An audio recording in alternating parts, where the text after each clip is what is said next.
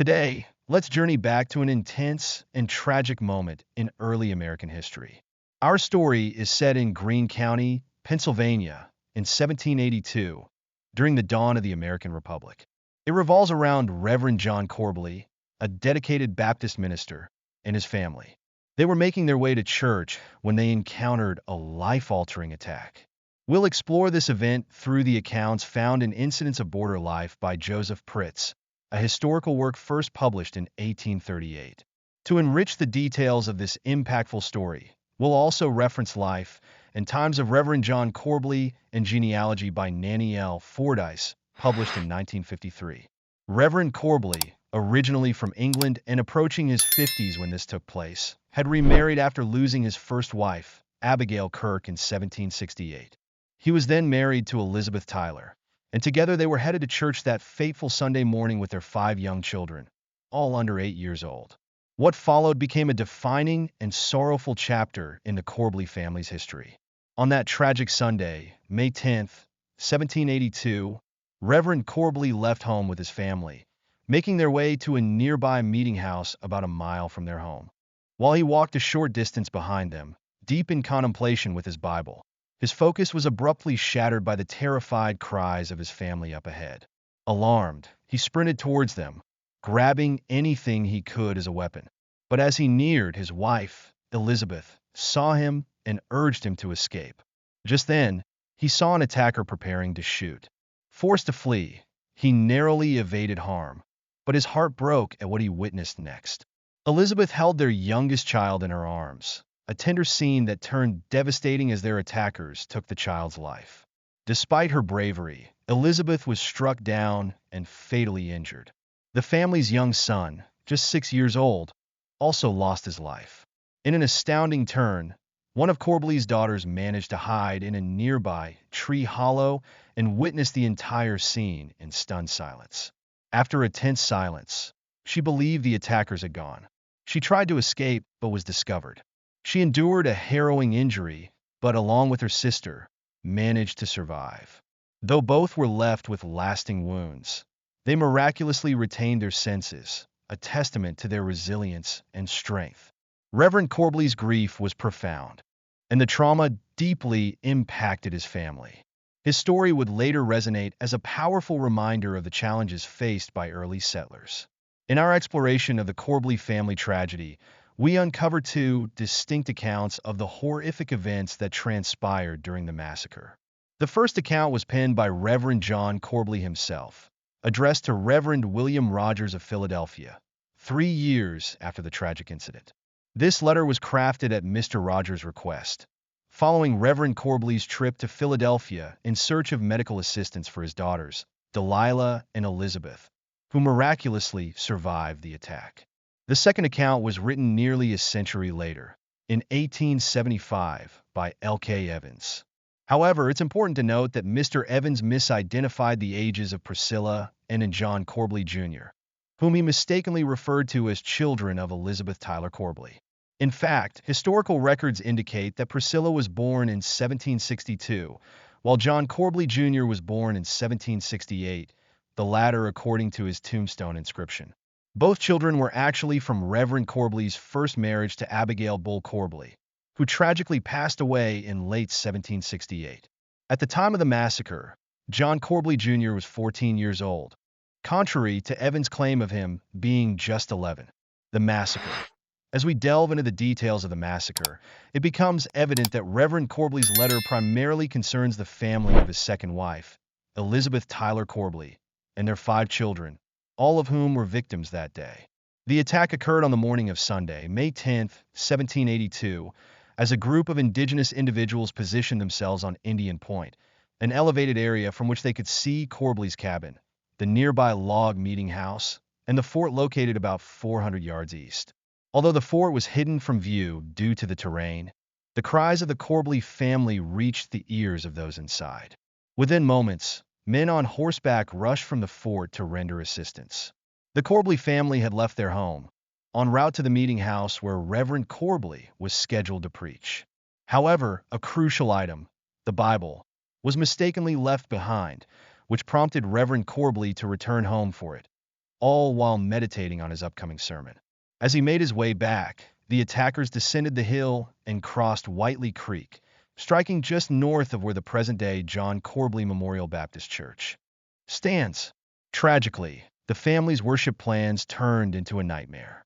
Reverend Corbley, in his heart, had hoped that his wife and children might be taken captive, but eventually returned to him. This flicker of hope faded as despair engulfed him, his spirit heavy with grief. Yet, amid the turmoil, kind friends offered their support, and he was buoyed by the possibility that two of his daughters might still survive. Eyewitness account. Margaret, Hazelda's daughter, later recounted the harrowing scene as the victims were brought from the site of the massacre to the safety of the fort. She described the frantic moments following the attack, recalling how she heard her stepmother's desperate screams.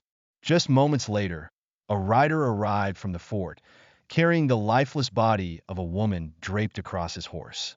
The black silk skirt of her dress had been cut away, and she was horrifically mangled, smeared with the aftermath of the attack. As the chaos unfolded, more individuals came, bearing the bodies of the children, some dead, others clinging to life. Two of Reverend Corbley's daughters, Elizabeth and Delilah, showed signs of revival. Tragically, their little brother Isaiah survived only 24 hours, during which he cried out in anguish, pleading for the Indians to spare his life. This heart-wrenching moment, often recounted by Grandfather Corbley, became known as one of the greatest trials of his life. Reverend Corbley would have gladly sacrificed his own life to save his beloved son. Elizabeth, the daughter who survived the attack, fought valiantly against her wounds and lived until the age of 21. At times, she seemed completely well, only for her injury to reopen suddenly, threatening her life once more. Elizabeth was known to be a captivating young woman, and she was engaged to Isaiah Morris. Just as preparations for their wedding were underway, tragedy struck again when her wound flared up, and within days, she succumbed to her injuries. She always believed that a white man was responsible for her scalping.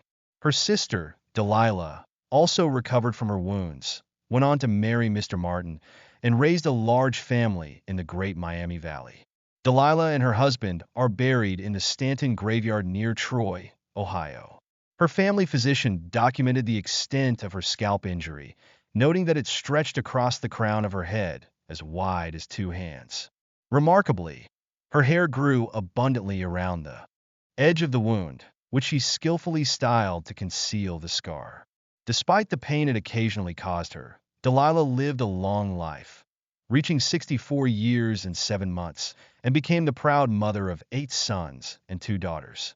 Interestingly, Reverend Corbley did not mention his son John Corbley Jr. in his letter to William Rogers. However, the tale of John Jr.'s escape from the attackers has been passed down through generations.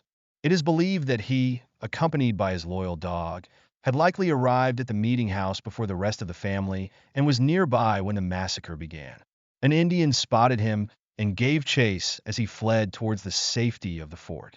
According to accounts from the late Corbley Gerard, the boy's faithful dog, a large and courageous animal, joined him in his frantic escape, fiercely confronting the attackers and slowing their pursuit. Thanks to the dog's bravery and John Jr.'s quick thinking, he managed to reach the fort unscathed. The swift actions of the men in the fort played a crucial role in the survival of both John Corbley and his son. They hurried to the scene as soon as the first screams were heard. While some men retrieved the wounded members of the Corbley family, others pursued the attackers as far as the Ohio River. When the assailants crossed into hostile territory, it was deemed wise not to follow any further. The story of the Corbley Massacre stands as one of the most brutal acts committed in this region. As L.K. Evans noted, it is unmatched in its enormity in the annals of border life. This event is not merely a piece of traditional folklore, but has long since entered the historical record, becoming familiar to readers across the United States, much like any other significant historical event. After the Revolutionary War, John Corbley dedicated himself entirely to the ministry, with the exception of a few brief public services related to his religious work. This brings us to the end of our episode on the tragic massacre of Mrs. Corbley and her children as they journeyed to church. As previously mentioned, only their eldest daughter, Delilah, survived to adulthood. Following this heart-wrenching event, Mr. Corbley married for a third time to Nancy and Lynn, and together they had 8 children.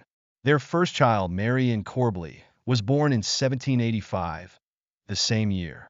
Reverend Corbley wrote his accounts of the massacre to William Rogers in Philadelphia. In our earlier discussion, we noted that Elizabeth Corbley always believed it was a white man who scalped her. This raises the possibility that her attackers included renegade individuals like Simon Girty, who had lived among the indigenous people and participated in assaults on settlements. The Find a Grave record for Priscilla Corbley states that she was the oldest of John Corbley's children, born in 1755. However, the book we referenced suggests she was born in 1762. According to Find a Grave, Priscilla was married in 1775, but this claim may be inaccurate, as it is likely she was still living with her father in 1782 and did not have her first child until 1785. Therefore, it seems more plausible that she was born in 1762, making her around 20 years old and unmarried at the time of the massacre in 1782. Reverend Corbley's youngest child, William Lynn Corbley, was born in 1801, just 2 years before Reverend Corbley passed away at the age of 70 in 1803. His Find a Grave entry mentions a total of 18 children, which includes the 4 who tragically lost their lives due to the massacre. William Rogers, the recipient of Reverend Corbley's account, was also a Baptist minister at the First Baptist Church in Philadelphia.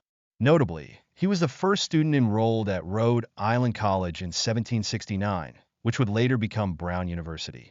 He served as brigade chaplain for Colonel Samuel Miles's Pennsylvania Rifle Regiment from 1776 to 1778 and continued as brigade chaplain for the Continental Army until June 1781.